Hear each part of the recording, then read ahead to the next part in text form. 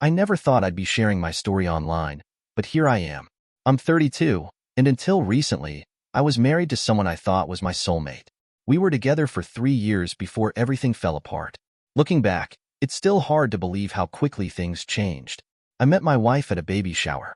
My friend Tom and his wife had been trying to have a child for almost a decade, and when they finally succeeded, they threw a party to celebrate. She was there as one of Tom's wife's closest friends. We clicked instantly, sharing jokes and stories throughout the evening. That night, as I was checking social media, her profile popped up in my suggestions. I took it as a sign and sent her a friend request. One coffee date led to another, and before we knew it, we were inseparable.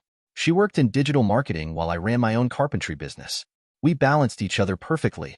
She was quiet and reserved, while I was outgoing. For the first 2 years of our marriage, we rarely disagreed on anything. We had decided to wait before having children, wanting to enjoy our time together first.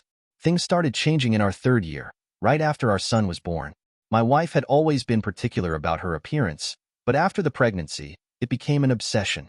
She couldn't accept the changes in her body, no matter what anyone said. Her mother tried explaining that post-pregnancy changes were natural and temporary, but my wife wouldn't hear it. She snapped at her mom, saying she refused to let herself go like others had. She started with home workouts, using fitness apps and online programs. It wasn't just an hour or two. She would exercise for most of the day, leaving our baby with her mother who had moved in to help us. She pushed herself so hard that she eventually collapsed from exhaustion. We thought that would be her wake-up call, but we were wrong. A few weeks after her recovery, during dinner, she announced she wanted to join a fitness studio that specialized in postpartum recovery. She'd found their page online and was determined to sign up.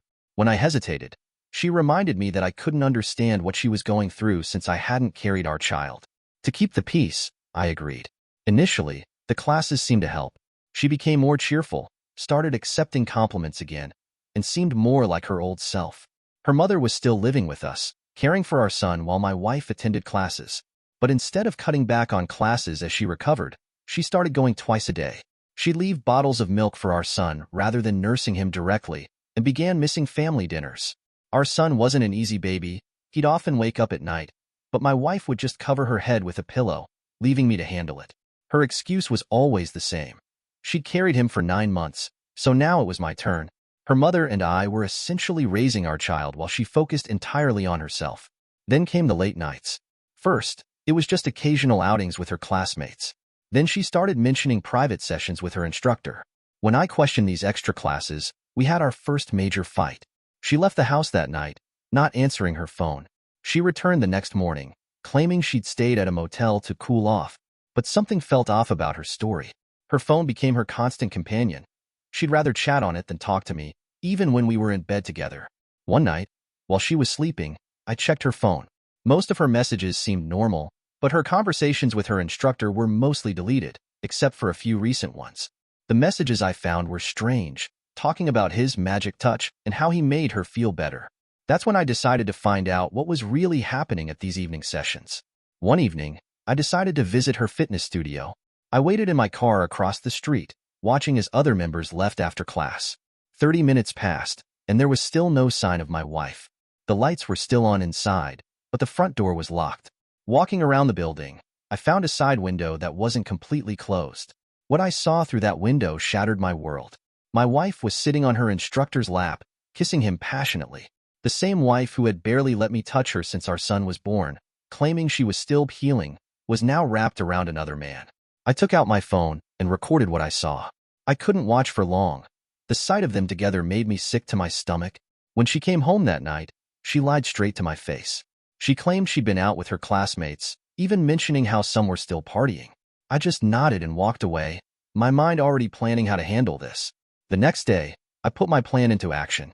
I waited until her morning class was almost over, then walked in with a bouquet of flowers. Everyone was still there, all her classmates and her instructor. I asked if I could show everyone a special video I'd made to appreciate my wife. Her instructor smiled and agreed, probably thinking he was helping create a romantic moment. I connected my phone to their TV screen and played the recording. The room went silent. Some women gasped, others started whispering.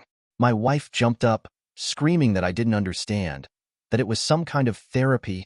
Her classmates weren't buying it. One by one, they gathered their things and left, some stopping to pat my shoulder on their way out. When I got home, I showed the video to her mother. The poor woman was devastated. She had given up months of her life to help care for our son while her daughter was out betraying our family. I packed my wife's things and left them on the porch. Her mother tried to intervene, but I told her she'd have to leave too if she defended her daughter's actions. For weeks after that, my wife kept trying to contact me. She promised to quit the fitness studio, to be a better mother and wife. But I couldn't trust her anymore. Our son was only 5 months old, and while I worried about raising him without his mother, I couldn't stay with someone who had betrayed us so completely. I decided to get a paternity test done, just to be sure. The results confirmed he was mine, which was a huge relief. Meanwhile, my wife's behavior got increasingly erratic. She would show up at our house unannounced, sometimes crying, sometimes angry. During one visit, she saw how close her mother and I had become as co-parents and accused us of having an affair. She said her mother had planned this all along, trying to steal her husband. The situation reached its breaking point when she got into a physical altercation with her mother during one of her surprise visits. The neighbors heard the commotion and called the police. After that incident, I filed for a restraining order. My wife wasn't allowed near our house anymore, whether her mother was there or not. Her latest tactic was to blame me for her affair. She sent messages saying I had made her feel insecure about her post-pregnancy body, that her instructor had been the only one to make her feel beautiful again. This was completely false. I had always tried to support her, but she had twisted every compliment into an insult. Even when I told her she looked beautiful, she would accuse me of mocking her. The divorce proceedings moved quickly. I had clear evidence of her infidelity, and her recent behavior only strengthened my case. Her mother testified about how little involvement she'd had with our son, describing in detail how she'd neglected her maternal responsibilities. In the end, I was awarded primary custody, with my wife getting weekend visitation rights and having to pay child support. After consulting with her mother, I decided it was time for some changes. Though she had been incredibly supportive, having my former mother-in-law living with us wasn't a long-term solution. I hired a professional nanny, someone who could give my son the attention he needed while I was at work. It was expensive, but worth every penny to give him stability. My ex-wife didn't take the divorce well. She created multiple social media accounts to contact me after I blocked her original ones. Her messages swung between extremes.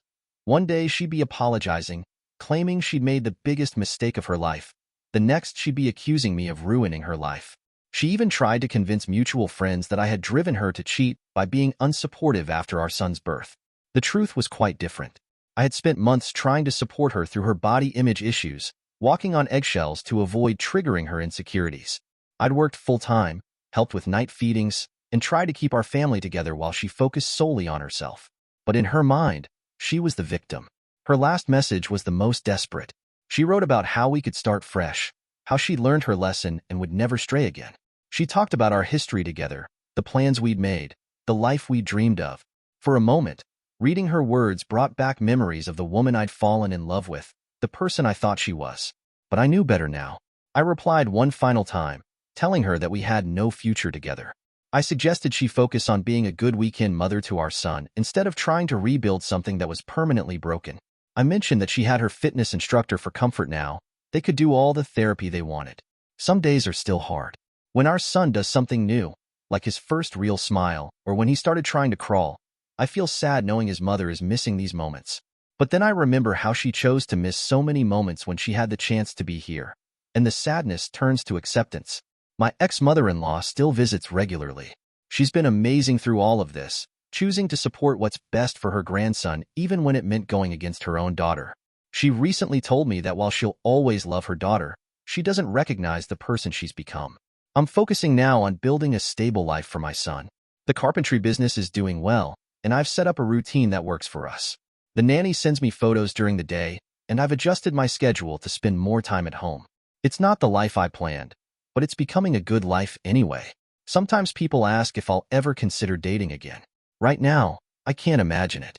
My priority is being a good father and making sure my son grows up feeling secure and loved. Maybe someday I'll be ready to trust someone again, but for now, I'm at peace with being a single dad. Looking back at how everything unfolded, I realized that while losing my marriage was painful, it taught me valuable lessons about strength and resilience. Most importantly, it showed me that sometimes the hardest decisions are the right ones. My son will grow up seeing what it means to stand up for yourself and choose self-respect over a comfortable lie. That's worth more than holding onto a broken marriage could ever be. Thank you for watching. If you enjoyed this story, please hit that subscribe button. Don't forget to give it a thumbs up and share it with friends or family who might enjoy it too. Your support means a lot. And if you have any thoughts, questions, or story ideas, drop them in the comments below. I'd love to hear from you. See you in the next story.